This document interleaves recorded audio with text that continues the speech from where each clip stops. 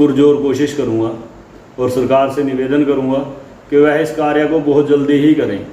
शिक्षा और स्वास्थ्य, दो ही चीज़ें हर इंसान के लिए मुख्य होती हैं। स्वास्थ्य के लिए भी हमने माननीय मंत्री श्री अनिल विज से आग्रह किया है कि हमारे गांव में एक 5 या 10 बेड का हॉस्पिटल बनाया जाए, जिससे हमें इमरजेंसी में अपने गांव में ही चिकित्सा मिल सके। सत श्री अकाल, नमस्कार, आदाब। मैं हाँ गुरजीत सिंह और तुसी देख रहे हो कृति भूमि।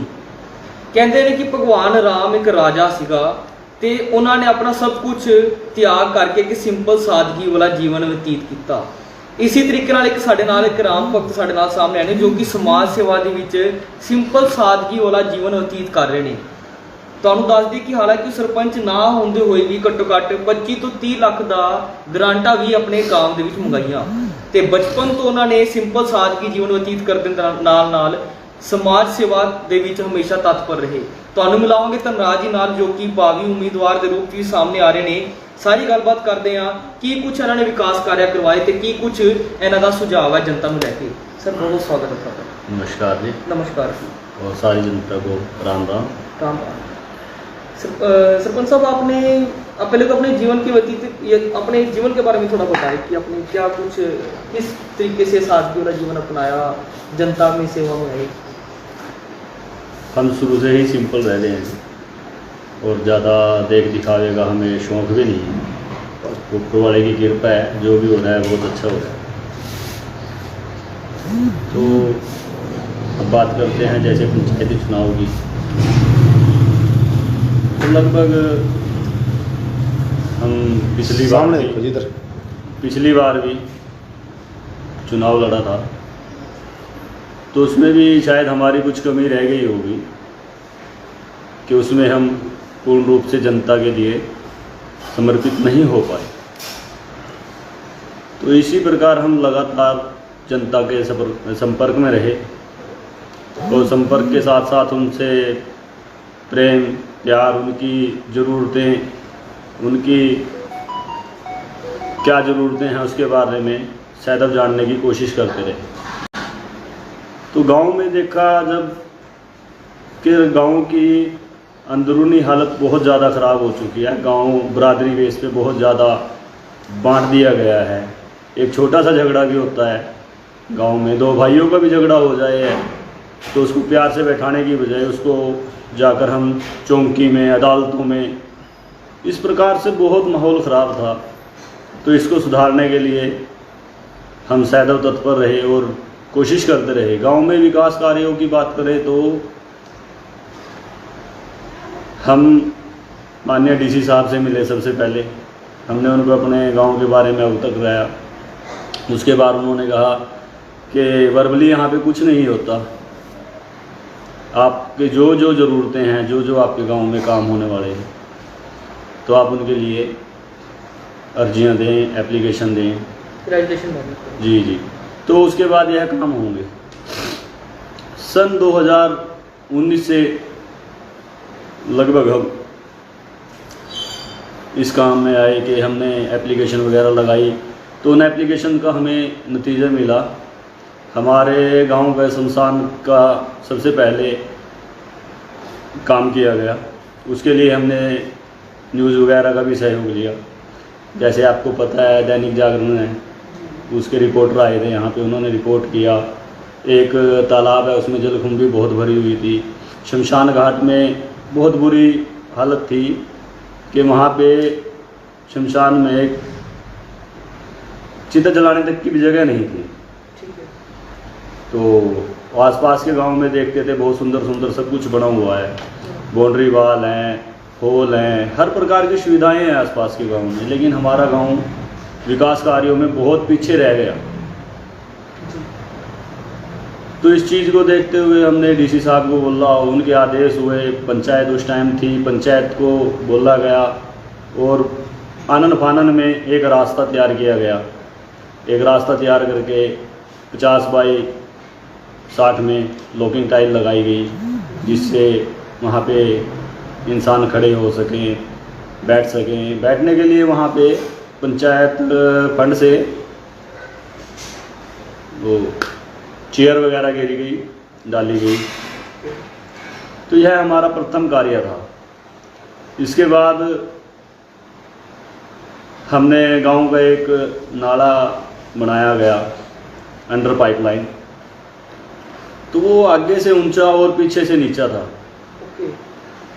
उसकी जो ओदी होती हैं, हाँ जी हाँ जी, वो बहुत ख़राब था। उसके लिए हमने फिर पंचायत एक्शन को बोला, सबको बोला, तो उन्होंने आके देखा कि मौके पे उसकी हालत बहुत ख़राब थी। फिर पंचायत द्वारा वो ठीक किया गया। 17 लाख समथिंग की उसकी ग्रांट थी जो पंचायत द्वारा लगाई गई। लेकिन उसकी स्थिति ऐसी थी कि उसमें पानी जाने की बजाय रिवर्स आता था। नीति चेंज होगी ना। हाँ जी हाँ जी हाँ जी। तो उस काम को भी पंचायत एक्शन साहब ने बहुत संजीदगी से लिया। SDO विकास जी थे। तो लगभग कितने लाख की ग्रांट अब तक आपके गांव में आ चुकी है जो आपके थ्रू आई है गवर्नमेंट की? जो हमारे थ्रू आई है वह अभी नवनिर्माण कार्य चल रहे हैं। जैसे एक लंगर हाल के लिए 11 लाख के लगभग की ग्रांट अभी आई है। पूर्व विधायक हमारे राजवीर बराड़ा जी का बड़ा सहयोग उसमें रहा है।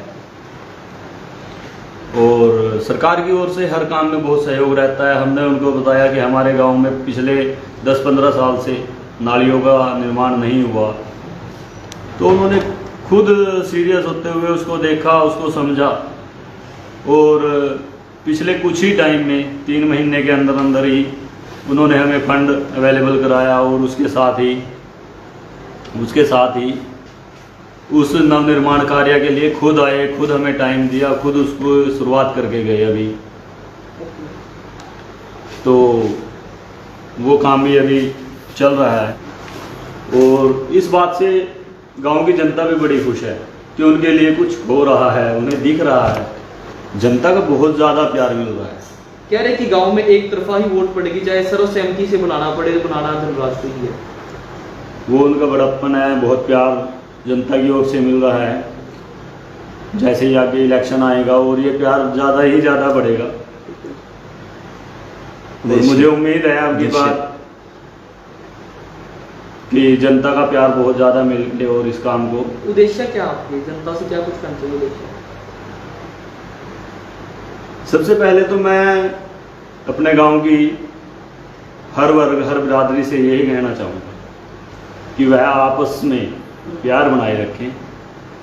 और प्यार से बढ़कर इस दुनिया में, इस जहान में कुछ नहीं है। हम आपस में जात बिरादरी में ना बंटकर, कोई छोटे मोटे झगड़े हो जाते हैं, उनको पॉलिटिकल रंग दिया जाता है और उनसे इलेक्शन लड़े जाते हैं। ऐसा ना करके आप अपने लिए एक अच्छा इंसान चुनो, एक अच्छा नुमाइंदा चुनो सरकार में जिसका हाथ हो। सरकार से वो आपके लिए कुछ भी करवाना हो, करना हो, उसके लिए सदा वो आपके लिए तत्पर रहे। आपको बताऊं कि हमारे गांव की गरीब जनता इतनी परेशान है। पिछले 5 साल के अंदर हमारे गांव में किसी को एक कच्ची छत का पैसा नहीं मिला। अच्छा जी, मैं एक भी नहीं। उसका कारण क्या रहा? उसका कारण ये रहा, जैसे BPL वर्ग के लिए कुछ हमने 2020 के आसपास जनता से हमारे पास कुछ इंसान आए गांव के जी। तो उन्होंने बोला कि हमारे BPL नहीं है। तो मैं कहा चलो जी हम कोशिश करते हैं कि जल्द से जल्द हो जाए। तो हम ADC ऑफिस गए, वहाँ पे देखा लगभग 25 BPL कार्ड तो वो पोर्टल पे आ रहे थे। अच्छा। के बन सकते हैं। तो हमने ADC साहब को बोला, उन्होंने वो रिक्वेस्ट पंचायत को भेज दी। पंचायत को भेजने के बाद यहाँ से एक आवाज़ आती है कि हमारे गांव में कोई गरीब ही नहीं है। तो वो सारे के सारे कार्ड वहीं पे रिजेक्ट होकर कैंसिल हो गए, क्योंकि बिना सहयोग के यह काम नहीं हो। सरपंच, मैं आम जनता को संदेश यही देना चाहूँगा कि अगर आप सब हमें मौका देते हैं तो मैं जनता के लिए, हर बेटी वर्ग के लिए गांव में एक शिक्षा के लिए कॉलेज बनवाया जाएगा। और युवाओं के लिए एक स्टेडियम बनवाया जाएगा और स्वास्थ्य और चिकित्सा के लिए एक डिस्पेंसरी का निर्माण किया जाएगा, जिसके लिए कार्य तत्पर चल रहा है। मैं अपने गांव की जनता से, खासकर सभी बच्चों के माता पिता से निवेदन करना चाहूँगा कि अपने बच्चों को शाम के 8 बजे के बाद जहाँ वो जा रहे हैं, कहाँ जा रहे हैं, कहाँ आ रहे हैं, उनसे पूछा जाए और उन्हें अपने पास रखा जाए। और हम बेटियों के ऊपर तो बहुत प्रतिबंध लगाते हैं कि वो 10 मिनट वहाँ पे लेट हो गई तो क्यों हो गई, लेकिन अपने बेटों से कभी कोई नहीं पूछता। तो इस ओर हर माता पिता का धर्म है कि वो ध्यान दें और अपने बच्चों को इस नशे की दलदल से बचाएं, ताकि इस दलदल से बच के हमारे बच्चे हमारे साथ रहें और गांव समाज का, देश का कल्याण कर सकें, उसमें अपनी भागीदारी दिखा सकें। ਸੋ ਸਾਡਾ ਧਨਰਾਜ ਜੀ ਜੁੜੇ ਸੀ ਦੁਖੇੜੀ ਗਾਂਵ ਤੋਂ, ਜਿਨ੍ਹਾਂ ਨੇ ਦੱਸਿਆ ਕਿ ਗਾਂਵ ਦੇ ਵਿੱਚ ਕਿਸ ਤਰੀਕੇ ਨਾਲ ਵਿਕਾਸ ਕਾਰਜ ਕੀਤੇ ਤੇ ਹੋਰ ਅੱਗੇ ਆਉਣ ਵਾਲੇ ਸਮੇਂ ਦੇ ਵਿੱਚ ਕਿਸ ਤਰੀਕੇ ਨਾਲ ਵਿਕਾਸ ਕਾਰਜ ਹੋ ਸਕਦੇ ਨੇ। ਚਲੋ ਸਰਪੰਚੀ ਆਂਦੀ ਆ, ਸਰਪੰਚੀ ਜਾਂਦੇ ਵਿਕਾਸ ਕਾਰਜ ਤੇ ਗਾਂਵ ਦੇ ਹੁੰਦੇ ਆ, ਪਰ ਮੇਨ ਗੱਲ ਹੈ ਕਿ ਜਿਹੜੇ ਪਿੰਡ ਦੇ ਵਿੱਚ ਸਮੱਸਿਆਵਾਂ ਨੇ, ਜਿਨ੍ਹਾਂ ਲੋਕਾਂ ਦੀ ਸਮੱਸਿਆਵਾਂ ਨੇ, ਉਹਨਾਂ ਨੂੰ ਦੂਰ ਕਿਵੇਂ ਕੀਤਾ ਜਾ ਸਕਦਾ ਹੈ। ਗਰੀਬ ਆਵਾਮ ਦੇ ਵਿੱਚ ਗਰੀਬੀ ਨੂੰ ਦੂਰ ਕਿਸ ਤਰੀਕੇ ਨਾਲ ਕੀਤਾ ਜਾ ਸਕਦਾ ਹੈ। ਸਰਕਾਰੀ ਯੋਜਨਾ ਬਹੁਤ ਐਸੀ ਯੋਜਨਾ ਨੇ ਬਣਦੀਆਂ ਜ਼ਰੂਰ ਨੇ, ਪਰ ਨਿਚਲੇ ਲੈਵਲ ਤੱਕ ਨਹੀਂ ਪਹੁੰਚ ਸਕਦੀਆਂ। ਉਹਨਾਂ ਨੂੰ ਕਿਸ ਤਰੀਕੇ ਨਾਲ ਪਹੁੰਚਾਉਣਾ ਹੈ, ਤਾਂ ਸਾਰਾ ਪ੍ਰੋਸੈਸ ਧਨਰਾਜ ਜੀ ਭਲੀ ਭਾਂਤੀ ਜਾਣਦੇ ਨੇ। ਸੋ ਹੁਣ ਇਹ ਦੇਖਣਾ ਹੈਗਾ ਕਿ ਜਨਤਾ ਇਹਨਾਂ ਨੂੰ ਕਿੰਨਾ ਕੁ ਰਿਸਪੌਂਸ ਦਿੰਦੀ ਹੈ, ਕਿੰਨਾ ਕੁ ਰੁਝਾਨ ਇਹਨਾਂ ਵੱਲ ਆਉਂਦਾ ਹੈ ਤੇ ਇਹ ਅਗਲਾ ਕਦਮ ਕੀ ਚੁੱਕਣਗੇ। ਜੋ ਵੀ ਖਾਸ ਖਬਰ ਹੋਏਗੀ ਤੁਹਾਡੇ ਨਾਲ ਸਾਂਝੀ ਜ਼ਰੂਰ ਕੀਤੀ ਜਾਏਗੀ। ਸੋ ਹੁਣ ਤੋਂ ਮੈਨੂੰ ਗੁਰਜੀਤ ਸਿੰਘ ਨੂੰ ਇਜਾਜ਼ਤ, ਮਿਲਾਂਗੇ ਅਗਲੀ ਖਾਸ ਰਿਪੋਰਟ ਦੇ ਵਿੱਚ।